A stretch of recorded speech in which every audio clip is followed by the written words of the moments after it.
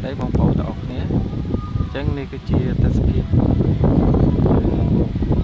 ទន្លេចំពកអពូមួយខ្ញុំឲ្យមើលទន្លេនោះបងប្អូននៅខាងក្រោយក្នុងខ្ញុំហើយចាក់ដីច្រើនណាស់ចាក់ទៅមុខដើម្បីការអភិវឌ្ឍហើយនៅកន្លែងនេះកន្លែងខ្ញុំឈរប្រកាន់ដៃនេះគឺកន្លែងសួនបាញ់ទឹកពណ៌ពេលយប់ពេលរាត្រីណាពេលថ្ងៃនេះអត់បើទេហើយបាញ់ទឹកភ្លើងពណ៌រកពេលយប់តាមប្រវត្តិលេងខ្ញុំថតនេះគឺពេលព្រឹកតែស្វាស្អាតតែទ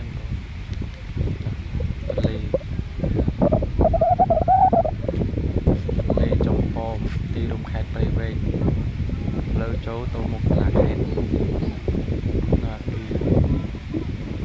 នឹងប្រហែលជាថាគារហ្នឹងណាវីដេអូហ្នឹងគឺមានតែប៉ុណ្្នឹងទេបងប្អូនទៀតលាខេត្តព្រៃវែងទៅខេត្តផ្សេងវិញយ៉ាងចាំបាច់តោះចប់ហើយអញ្ចឹងនេះគឺជាទេសភាពនៅមាត់ទន្លេចុងពង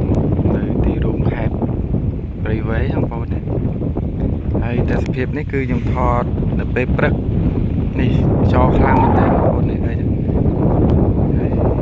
តែកផ្លោកតែថ្មច្រាំងអញ្ចឹងនេះគឺជាការចាក់ដីជ្រៅដែរបងប្អូនជំរឿចាក់ដីដើម្បីអភិវឌ្ឍហើយមានបកគោភ្លើងសូឡាទៀតបងប្អូនកន្លែងនេះគឺកន្លែងលំហែកាយពេលល្ងាចចឹងណាប្រជាពលរដ្ឋគាត់មកពីការសិក្សាឬក៏ចេញពីការងារពេលល្ងាចគាត់តែជិះម៉ូតូឡាននេះមកកំសាន្តហើយចំណុចកន្លែងលបងដែកនេះគឺកន្លែងបាញ់ទឹកពណ៌ពេលរាត្រីបងប្អូនឃើញនៅក្នុងសង្គម Facebook គាត់ថតផុសណានេះគឺអត់បើកទេបើកតែពេលរាត្រីតែខ្ញុំមិនដឹងថាបើកម៉ោងប្រហែលទេបងប្អូនហើយមានចង្វាក់ភ្លេងអីរាប់តាមចង្វាក់ភ្លេង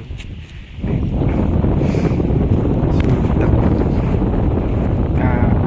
ភ្លើងពណ៌រាប់ពេលរាត្រីធំមែនតើ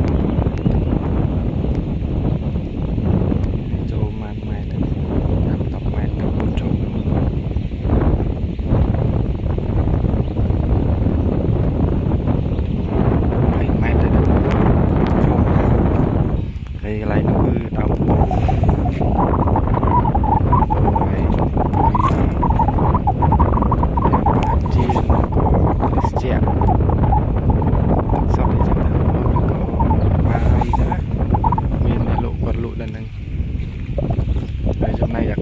ដែលថាមើលឃើញនោះគឺអាគារដាក់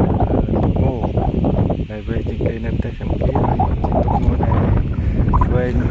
ជាងគេនៅលើសង្គមឡើងខ្លាំងបងប្អូនបើថាឡើងខ្លាំងវិញសឹងតែឡើងដល់លើគឺជាអាគារអីទេបងប្អូនខ្ញុំមិនសូវស្គាល់ដែរនឹងអាគារពាណិជ្ជកម្មឬក៏ហូតែលអីទេអានោះគឺអាគារផ្ទះល្វែងផ្ទះបរិយហើយនៅចិត្តកាកបាទខំពណ៌លឿងបើថានៅខាងនោះវិញអមសាបងសួរមិនសូវច្បាស់ទេអធិស្ឋានផងណាបងប្អូនគឺកន្លែងបរិយ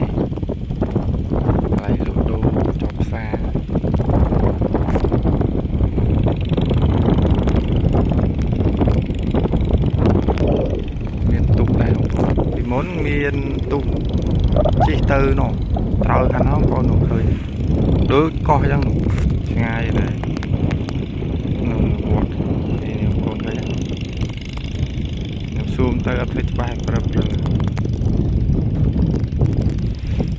ហើយនៅខាងនោះបើមែនតើយើងជិះវៀងទៅគឺដល់ស្ពានអ្នកលឿងបងប្អូនមានអ្នកស្រុកអ្នកភូមិនៅត្រៅនោះទៀតហើយ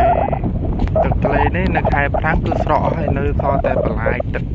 អូប៉ុណ្ណឹងហើយនេះគឺខែវស្សាអញ្ចឹងហើយមើលឃើញតែតិចទឹកហើយនឹងក៏ផ្លោកផ្លោកនេះមានអ្នកចុះបេះដែរបងប្អូនហើយផ្លោកនេះយើងយកទៅញ៉ាំបានទេយកធ្វើមលក់ទឹកគ្រឿងអីចុចហុកអីបាននឹងកាផ្លោកឃើញបងប្អូន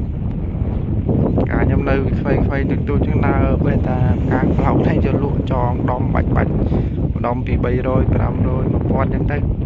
វាមួយគាត់មកយកចឹងនេះលក្ខណៈស្រះបងប្អូន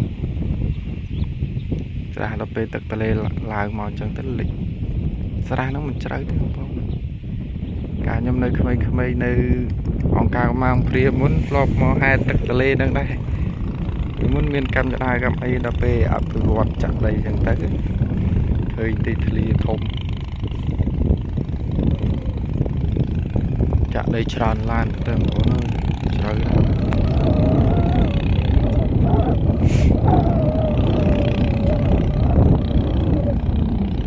នៅចុង10 ម៉ែត្រ8 ម៉ែត្រហ្នឹ